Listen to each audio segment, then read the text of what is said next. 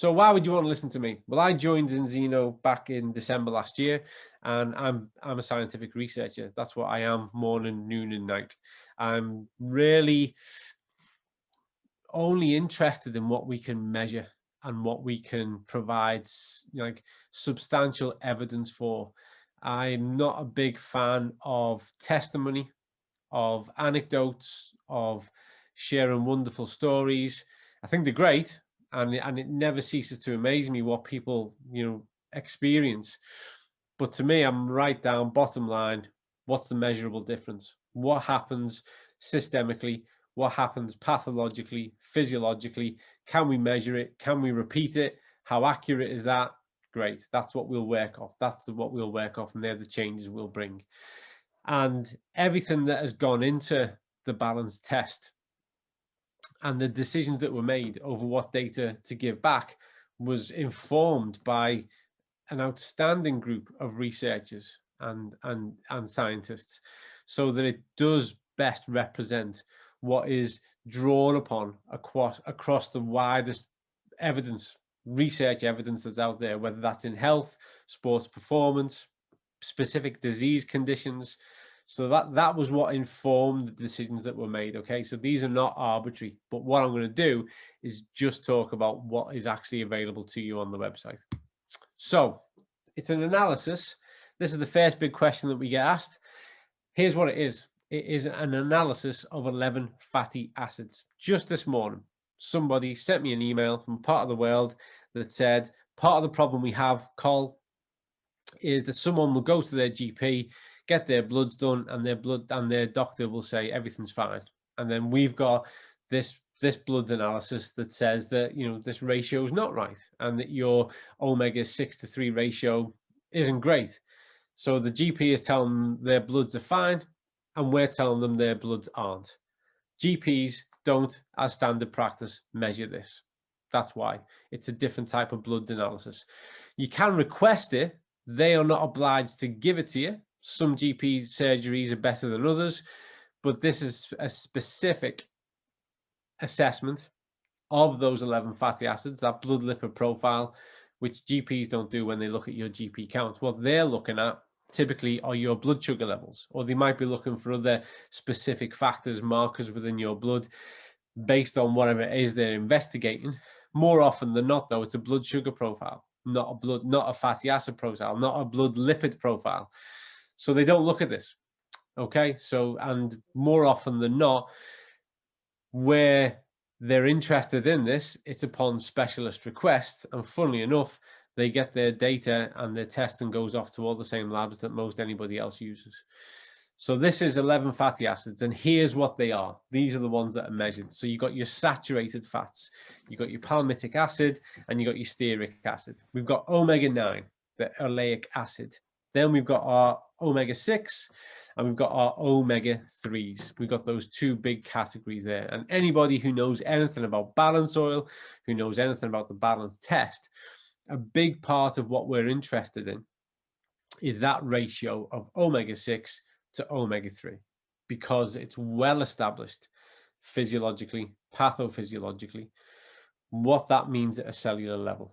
Okay, that's the difference between exogenous, the food we eat, and endogenous, what happens within the body and within the cell. Comes down to the ratios of this omega-6 and omega-3. So that's everything that's measured. They're the 11 fatty acids that are assessed. When it comes to saturated fats, and most people know that saturated fats get a pretty bad rap when it comes to the foods that we eat. And like always, it's not always as black and white as that. But on the whole, we do aim to keep our saturated fats low. However, again, back to that difference within the blood versus what we eat, when saturated fats are higher, well, then we know that this is common within certain kinds of conditions that are unfavorable. For instance, there's a project I'm working on at the moment for Enzino with regards to type 2 diabetes. And one of our key markers within this is increased levels of saturated fat within the blood. So we're looking at that within a very specific context with a research project that I'm heading up. So it's important to us overall when we start to get an analysis of what's happening with your blood lipid profile. Okay, so This is really important, okay? Because a lot of issues that people encounter start here, the dry blood spot test. So you're going to do a balance test, you get your kit, and you have this little trigger, you prick your finger, and you get a few drops of blood on the Whatman filter paper. Now, I can't emphasize this enough, okay? In my previous life, 5-6 months ago, I was head of a big laboratories in Greater Manchester. And if you came into our laboratories to get any kind of testing done, we would manage that, okay? You wouldn't be left to make any decision. We would prepare you, prepare the area. If we were taking bloods, if we were doing a DBS, a dry blood spot test, if we were doing, venous, we would take care of everything. But because you're doing this at home, it's really important that you follow the guidelines. And this is the key one.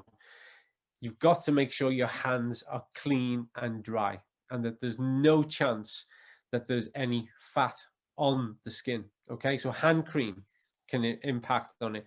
A classic one that I'm convinced happens more often than not, because you can kind of see some of the adverse effects in the data we see, is somebody just had a sandwich or made themselves a bit of toast, and then they go, right then, I'm going to do that test. This blood test is measuring fats. So if there's anything in that hand cream, if you just ate that nice big piece of toast, you've had your sandwich, whatever it is, that will interfere with the reading. Okay, so it has to be that you got a nice little standardized protocol, nice, clean, dry hands, that little pinprick, get the blood spots on the Whatman filter paper. That's it, done. Send that off to the laboratory by post. Typically turnaround at the moment now is less than 2 weeks. You register your test by entering your test ID and filling out the form. Okay, all the data is anonymous. Now, this is really interesting and important for you to know. Only you know your test ID, and anyone you tell that to, which is entirely up to you, but only you know. Vitas labs don't know who you are, and they're the independent labs that do all the analysis. Zinzino don't know who you are. Vitas can't tell Zinzino, Zinzino can't tell Vitas, nobody knows. It's a 3-part anonymous process, okay? So only you know, only you with that code has access to your data. So let's get into the heart of it.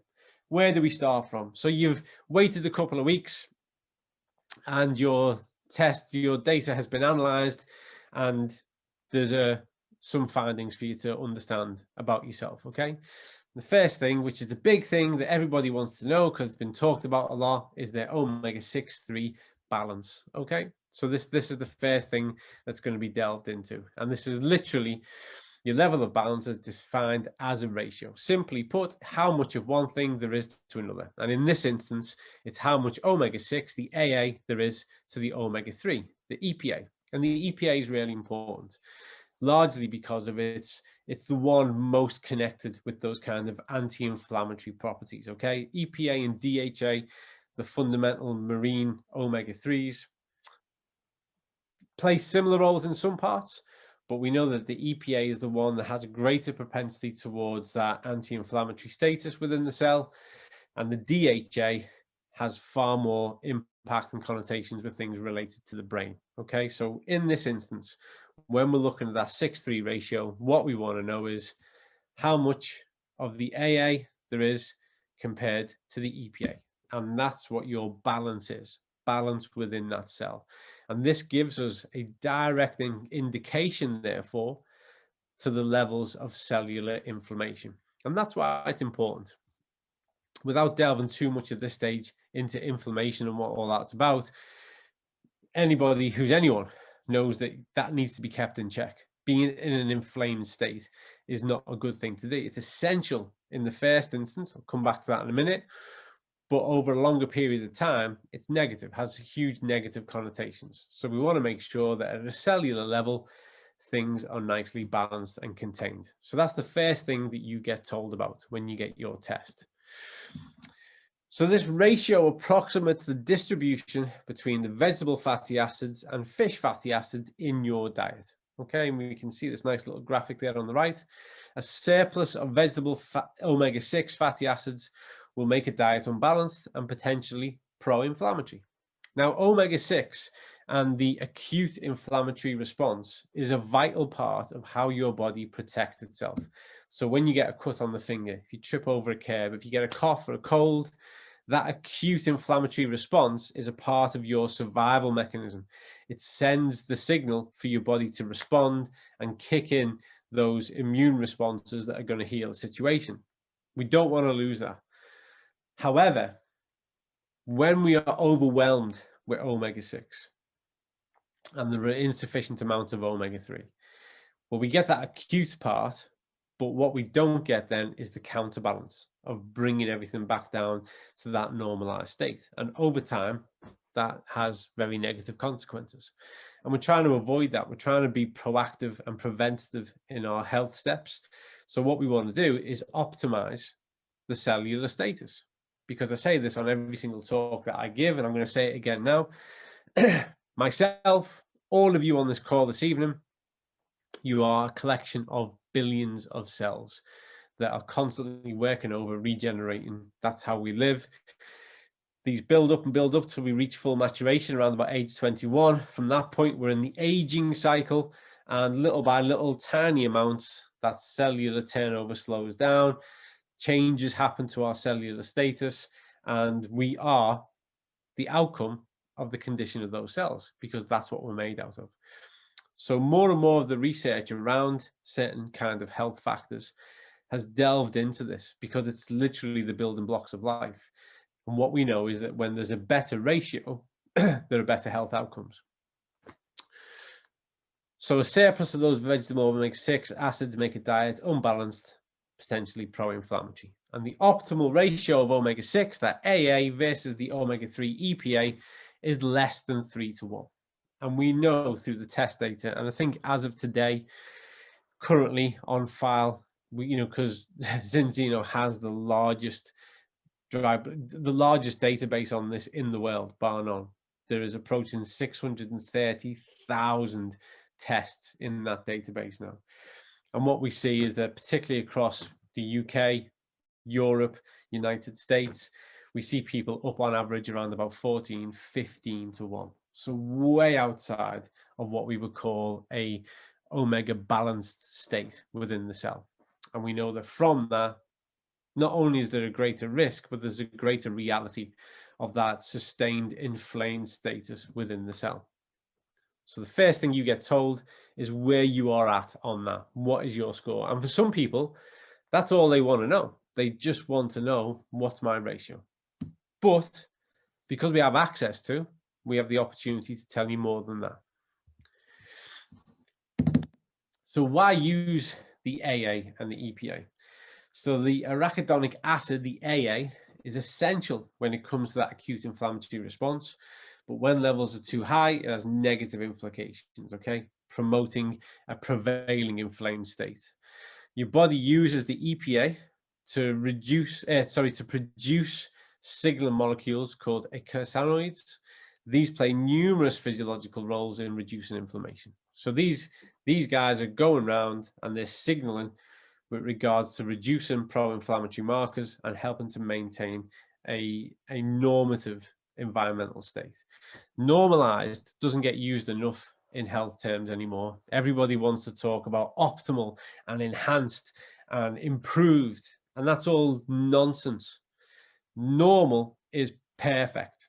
Normal is the outcome of 6.5 million years of evolution that we've got in the way of how we've conducted our dietary behavior and our physical activity and exercise behavior over the past 70, 80, 90 years. A normally functioning immune system is a wonder to behold. Normalized cellular ratios is a wonder of nature. That's where we need to be, at those normal levels. Right then, so we're going to leap directly from now. We've got an understanding of what we've looked at and why. We're looking at the difference between those types of omegas, what that means in the context of inflammation. And now we're going into this next phase of feedback that you will receive. You've been told what your 6:3 ratio is. Now we want to look at your protection value. And again, sometimes people will see this data and they'll say, what does that mean? What's really implied by protection? What do you mean by that? So the composition of the cell membrane determines how well you can remember, think, and learn, and how resistant you are to stress, injury, and disease. So that's literally what's being discussed here, is how well protected are you at a cellular level with regards to what these factors add up to. Both layers of the cell are made of fatty acids, and the fatty acids in your diet directly determine the types of fatty acids that end up in your cell membranes. Now then, he says, dramatically pausing for a drink of water. There's an old saying, which I've said countless times, which is you are what you eat. And it's true. Some old sayings stick around because they're accurate and they sum something up perfectly. You are what you eat. And that's not just, I think a lot of people associate that with the notion of what weight they are, what size jeans they get to put on. I think that's the gross terms that people start to consider it on. But it's far more important than that. You are what you eat at a cellular, physiological level. Okay, so what you consume is processed, and it reaches every single cell of your body and starts to make a change and a contribution, either negatively or positively, to that status. Okay, a poor diet and stress increases the cell's cholesterol while decreasing its fatty acid content. This reduces cell membrane fluidity and is associated with numerous negative outcomes: depression, memory loss, poor eyesight, low pain threshold, disease.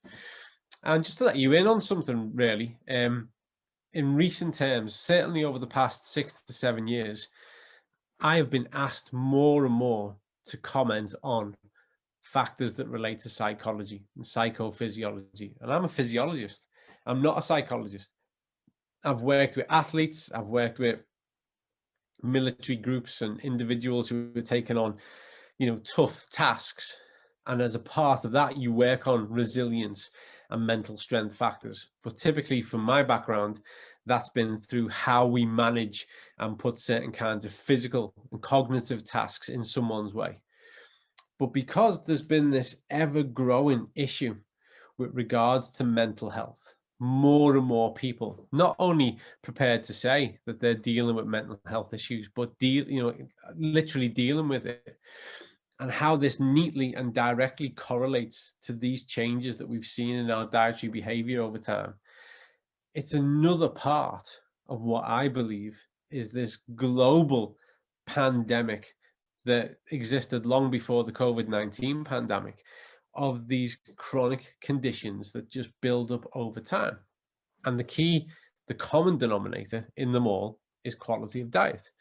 And it's interesting because correlation isn't always cause and effect, but we are talking about N population size of millions, tens of hundreds of millions, when we look at these shifts in dietary behavior. And there are even better insights. So when we look at the westernization of the Japanese diet, Japan's health statistics looked nothing like Western health statistics until their food became westernized, and they caught up in less than 10 years. We're seeing this in China now. If you want to go online and have a look, there's a big research area called the China Project. And what we're seeing in China is, in big city areas, we're seeing the westernization of dietary behaviors, and we're seeing those kind of health outcomes that match what we see across Western Europe, UK, USA, Australia. And then more recently, we're seeing this across India as the diet becomes westernized. So this correlation isn't always cause and effect, but there's such an overwhelming amount of evidence in the context of this that you can't ignore it either. And also, we see the reverse of this. So where we see people in good cellular status who don't have an over-reliance on ultra-processed foods, who move more frequently, we see less and less and less of these issues, almost to non-existent. So this has real importance to us. This isn't just science for the sake of science. This isn't just looking at things at a cellular level so we can invent a problem. This is about dealing with the reality of things and getting to the heart of the matter, and recognizing that if we don't change things on a cellular level, we can't expect the entire structure to be right if what it's made of isn't right. So this is quite long-winded, but I'm just going to whistle through it for those of you who might be interested and have a background in maths. How we look at your protection value calculation, it's quite involved, to be honest with you. Firstly, 3 recognized health indicators, okay? So the value for an omega-6 percentage is calculated like this, which is the DGLA plus the AA times by 100 divided by the DGLA plus AA, EPA, DPA, DHA. That gives us our first figure. Then we look at the value for the omega-3 level as the sum of the EPA and the DHA. And then thirdly, the balance value is calculated as omega-6 AA versus the omega-3 EPA. Next, each indicator value is given the same weight. So these are weighted averages. Everyone's done that at some point back in school. It's quite straightforward. The second calculation assigned a value between 0 and 100. This is then divided by 3 because we have 3 primary factors to get the protection value, which ideally should be above 90. So that's the maths that sits behind that part of the equation. So we've got an understanding of our ratio now. We've got an understanding of what goes on behind that protection value. And now we're going to go to the index. Now, if I had been working for Zinzino, 10 years ago, rather than just 5 or 6 months ago, I would have started here. And this might be a change that we make to the website as we move forward. I would have started here. The first thing I would have told somebody was their omega-3 index, because this will then empower you to go online, go on Google Scholar or PubMed, somewhere where there's peer-reviewed research, and go omega-3 index and type in your value. And then go and have a look at all the research that comes out with regards to omega-3 index. There's probably more research around the index than there is around the ratio. I mean, there's a stack of work around the ratio, tens of hundreds of thousands of publications. But when it comes to the index, there's even more, okay? Because this is a long-standing risk factor assessment for disease used across multiple disease pathologies. Okay, so I would actually start here. This would be the first thing I would show you, and we may well change the website to reflect that, not just because I say so, but because the scientific advisory board, these are the kind of conversations we're having, and there's a general agreement on that. Again, Kaizen, always looking to make improvements. So risk factors are conditions or habits that make a person more likely to develop a disease. They can also increase the chances that an existing disease will get worse. That is really important, okay? When you work in the space that I work in, and currently I'm a part of the Advanced Clinical Practice Group, working with Health Education England, putting together the curriculum and the outline for what our new advanced practitioners are going to look like in a post-COVID world, dealing with people with multiple comorbidities, cardiovascular disease, metabolic syndrome, type 2 diabetes, COPD, you name it. People often mistakenly think, okay, I've got this and I'm going to take this medication now, and that's going to keep that like that. It's going to suppress the symptoms. I'll feel okay, and that's that. And that couldn't be further from the truth. Remember, a chronic disease, chronic illness, takes time to develop. And the point at which it's diagnosable is the point at which those symptoms are so prolific, are so influential, starting to compromise our quality of life, that we've gone to seek medical support and advice about it. And in some instances, surgery, types of treatment are going to interfere with that, intervene, and hopefully, improve it, bring about positive changes. I'm very reluctant to ever use the word cure. I'm always concerned about the language of curing things. The important thing to note, though, is that very rarely, if ever, do these things not continue to progress at some rate. And that's really important to recognize, because it's not only whether or not we've got it and we go, okay, I've got it, I know what I'm dealing with. We should still be working with our clinical guidance and with our lifestyle management with regards to what we eat and the things that we can do ourselves to improve that situation. Risk factors can be modified to slow or halt the progression of a disease, and sometimes can even reverse them, certainly in the instance of type 2 diabetes. So we have our risk zones. And feel free to go and check these out. There's a ton of interesting work around these. So if you have an index, omega-3 index less than 4, you're high risk. If you're intermediate risk, if you are less than 4 to 8, but you are low risk if your omega-3 index is greater than 8%. So if there is sufficient amount of omega-3 above 8%, then you're very low risk. This is really good. And when we see a good ratio, we typically see a good omega-3 index score as well. Typically. Okay, that's what you'll see a line up. So the two kind of go hand in hand a little bit. It's very rare that you would have a good index and a low ratio. And it's very rare that you'd have a good ratio and a low index. But the human body is capable of anything. Believe me, the more you study it, the more you find out. But those typically line up quite neatly. So the natural level of EPA in the blood is 4.1, whilst the natural level of DHA is 4.7. And combined, they should be above 8%, preferably around about 10%.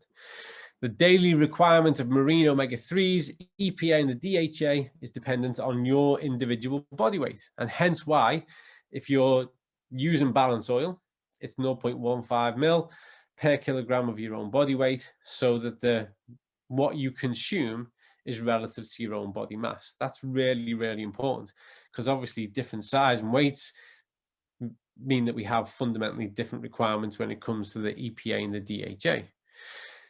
So an adult weighing 80 kilograms will need to consume approximately 3 grams of omega-3, EPA and DHA daily to get their EPA and DHA above that 8%. And remember, it's not a target. Once you hit it, you're there. It's about getting there and staying there. And there's an old saying, which is staying there is much harder than getting there. And the reason being is it comes down to human behavior, because more often than not, we're not very rational. More often than not, there's this kind of target, and then we get there, and then we kind of go, right, well, that's it now. Yeah, feel okay. Didn't take it yesterday. Yeah, didn't take it. I've run out. I'll leave it a week. I'll buy some more at the end of the month. And it really is about maintaining daily amounts, certainly weekly amounts. And the easy way to create weekly amounts is to achieve daily amounts. That's the way to take this forward. I promise you, that's probably the most accurate statement I could make. Right then, so we've done ratio, protection level, index, mental strength. Now, when I first came across this, I had an issue with what this is titled, and I still have an issue with what this is titled, because I know that most people, when they think of mental strength, and I would agree, this is how I would think of mental strength, you're thinking of the capacity that you or someone has to deal with something that's tough times, a difficult situation, a difficult set of circumstances, and the mental strength it takes to persevere and get through. And so mental strength, when it's against this category, you'll kind of understand why they've said that now, but I still don't think it's the right way to describe it. So this is definitely one of the things we're going to change, is the title of this part. But I'm going to explain what's meant in this instance by mental strength. So how does EPA and DHA strengthen the brain? So EPA and DHA function exclusively via the cell membranes in which they are anchored. That's how they behave. That's how they get to do what it is that they do. DHA is proven to be essential to both pre and postnatal brain development. There are critical periods. One is in utero, so there's one whilst they're in the womb, and then that up to developmental stage age 2. Okay, so these are what we would call critical periods. However, we also know that DHA is vital with regards to brain function, development, and maintenance as we develop beyond that point. So it's not a case of, so long as we've had it in that time, we're okay and set for life. That couldn't be further from the truth. They're critical periods when we want to make sure there's enough available. So that relates to the mother's diet and then what the child consumes within those first 2 years. But beyond that, the DHA in the diet that's available to us within the cell is critical with regards to how it preserves and supports cognitive function. So both DHA and EPA generate neuroprotective metabolites, protecting the cells against cell damage, degeneration, and impairment. And these are all phrases and terms that people become far more familiar with in the modern age as we discuss things like dementia, early onset, onset of dementia, and Alzheimer's. Also, something that's of interest of me, because even though I'm no longer primarily based in a big university anymore, I'm still fascinated with how people learn and what learning is, because I've always held true to the philosophy and belief that any intelligence is malleable. Anybody can learn. Anybody can become highly intelligent if they're prepared to work at it and do what's required.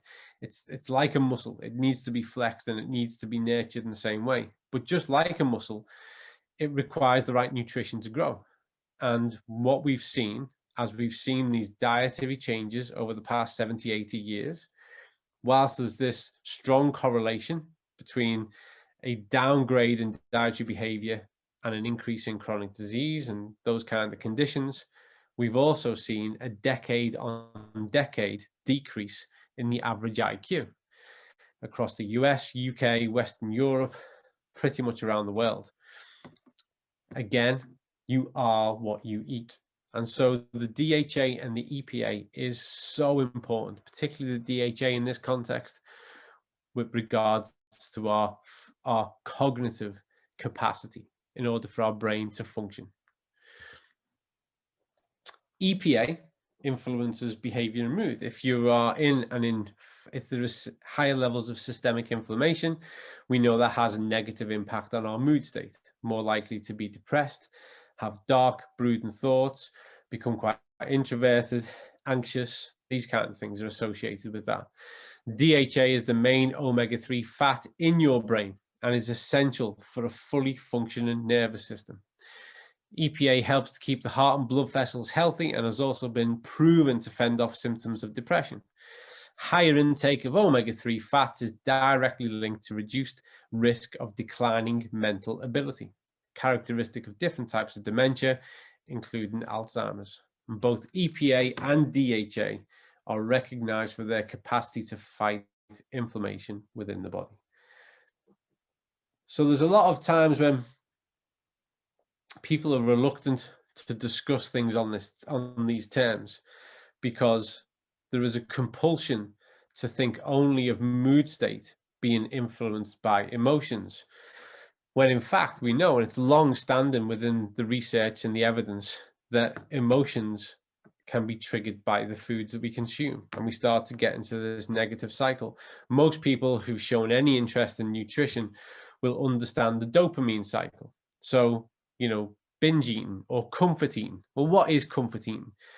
Comfort eating is a simple process of, you don't feel great, something has upset you, you feel in a low mood, and so you go to a comfort type food. Comfort type foods are typically personified by, they either have high sugar, high fat, or high salt. Sugar seems to be the primary go-to one in Western industrialized nations.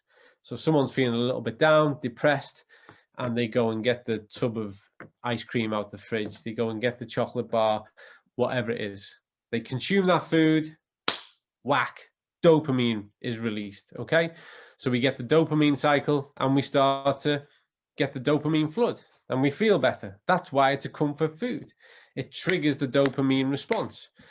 So then we've done that, and pretty much as we eat, we get more and more of a flood of our dopamine response. So we're getting the comfort that we seek, and then we put it away. That wears off.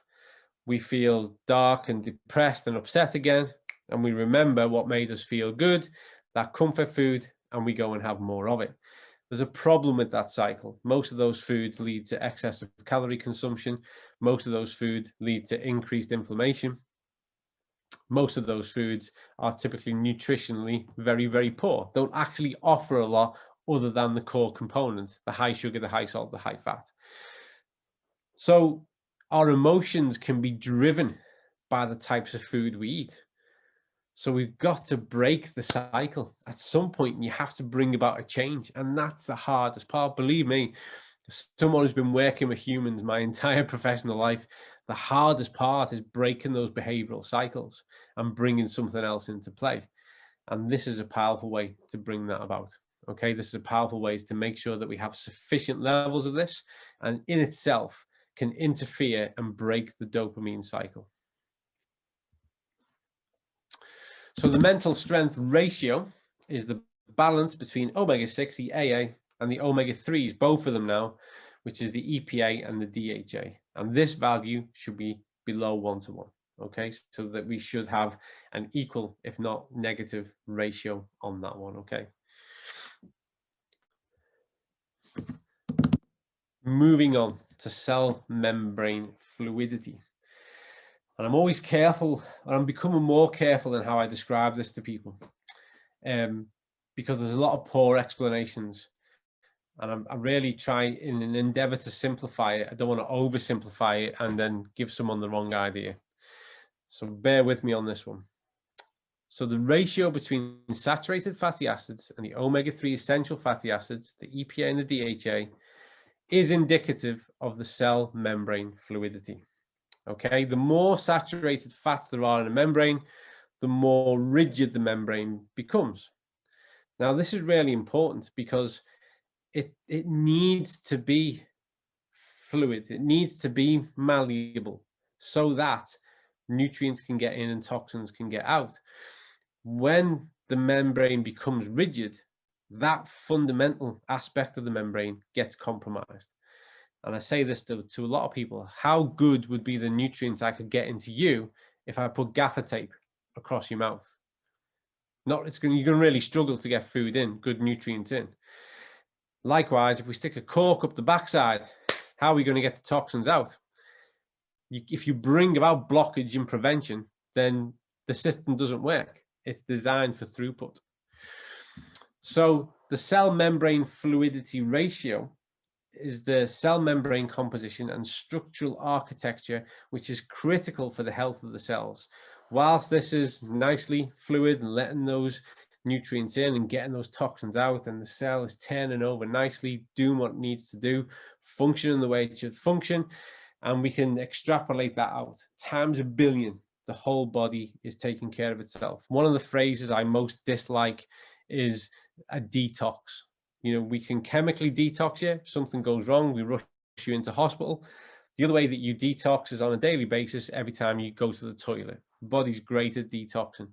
But cellular detoxification is very much a real thing. And that's whereby once those nutrients have gone in and they've been spent, they've served their purpose, in order for the cell to receive nutrients and in order for the cell to maintain its healthy status, it has to get those toxins out. And that's where real toxic environments start to build up, is when the cell can no longer do that. So on the one hand, the membrane needs to be rigid enough to provide sound structural, architecture, but on the other, it needs to be fluid enough to let nutrients in and waste out. And I always think of this the same way the Japanese design their skyscrapers now to be able to withstand earthquakes and tremors. So they've got to be rigid, they've got to be able to hold form and do what a building does, but there has to be sufficient built in for its structural flexibility in order for it to be able to move and go with the shocks. And that's probably a good way to think of it. It needs to be formed and architecturally sound, but it needs to be dynamic and fluid enough to let that process happen. And that value needs to be less than 4:1, so that we know our cell membrane is as it should be, allowing things to happen as we need them to happen. This takes us now to the Arachidonic Acid Index. AA is the most important omega-6 fatty acid your body is unable to make. Previously, I've heard people talk about the omega-6s like they're the bad guys. They're not. They're good guys. They help with our acute inflammation. However, they become bad guys if that's all we've got and we don't have a sufficient amount of those omega-3s. That goes all the way back to that index. So 6 is not a baddie. There's too much of it. It is a baddie. And I like to kind of compare that to carbohydrate in the diet. Carbohydrate's really good, but if you've got too much carbohydrate, then it's not so good anymore. It's about having things in the right ratio. AA is the starting point to produce hormones involved in physiological inflammation processes, which are triggered to protect your body from infections or injury. And good average values are in the range of 6.5 to 9.5, optimum 8.3. That's where we want to be. However, due to genetics, some people have a lower or higher than average AA production. If your value is below 5%, you may benefit from adding foods high in AA to your diet, such as chicken, turkey, pork, and farmed salmon. If your value is higher than 10%, you may benefit from reducing those down, bringing those down a little bit and managing that through your dietary choices. So that's all the stuff that you will be told about when you've had your code and when you've had your test data. And all of those areas have a potential to be subject to show a positive or negative change. So why do you have to wait 120 days? So you've done your test, you've either massively changed, overhauled your diet, or you've started to take your balance oil, and you're going to do that now for 120 days so you can measure and see what's happened. Well, the life cycle of red blood cells is approximately 120 plus minus 20 days. So we know that by that time, you should have either a complete new set of blood cells or way above 90%. So we're going to get a much clearer insight to where you're at now compared to where you were back then. So after 120 days, we can measure a whole new collection of cells and determine how much of you has changed at a cellular level and where those ratios, those index, those protection values, where they all stand now in the context of how you've behaved in that intervening time. The test is a double-blind test procedure. V-test is GMP certified, it's independent, world-renowned, to be honest with you. I'd heard of V-test up until April 2020. I'd never heard of Enzino. I heard of V-test 20 years ago. It's a world-renowned laboratory. It's got 25 years of experience providing high-quality chromographic analysis, uses cutting-edge technology. It's double-blind. Neither the lab nor Enzino knows who submitted the test. The balanced test ID means that only you can see your data. And you go to xenotest.com, your results will be displayed when you enter your balanced test ID. Any of the data that we have access to is completely blinded, impartial. We have no idea. With the best will in the world, all we can know are regions. That's as close to being able to locate the test data gets for us. And what I mean by regions is Finland, Norway, France. That's it. That's it. Everything else is just what we see as changing within that blood lipid profile. That's the only things that we can see, which is interesting enough. And believe me, as a researcher, I'd love to know more. I'd love to know the gender and the weight and what the person was eating previously and whether they've made any changes to the diet and what's the physical activity and their exercise life and do they smoke. I'd love to know all these things, but we don't. And it's important that there is a cutoff in the data collection so that it remains a double-blinded, impartial, objective assessment for the individual, so that all they're getting is an insight to their own cellular physiology and their own cellular status. So you've done your test, you have the knowledge, now you have the power to make a change. Knowledge isn't power, applied knowledge is power. The important thing is to do something about it. And in the rare occasions, and it is rare, sadly, that somebody gets a test result that says, yep, your ratio is really good, your index is really high, your cell protection is excellent, mental strength factors are great, good stuff. The important thing is to recognize how that's happened and maintain that best practice. And as we go forward, recognizing that things like age start to work against us, changes in our physical activity levels, quite subtle changes to our dietary behavior. So it's about being mindful. So even a really great test should inform changes we intend to make as we go further down the road. However, for the vast majority, who sit way outside that required less than 3-1, 4-1, above 8% on the index, it means making a change right now. That's the only way you can genuinely be preventative in your health practices.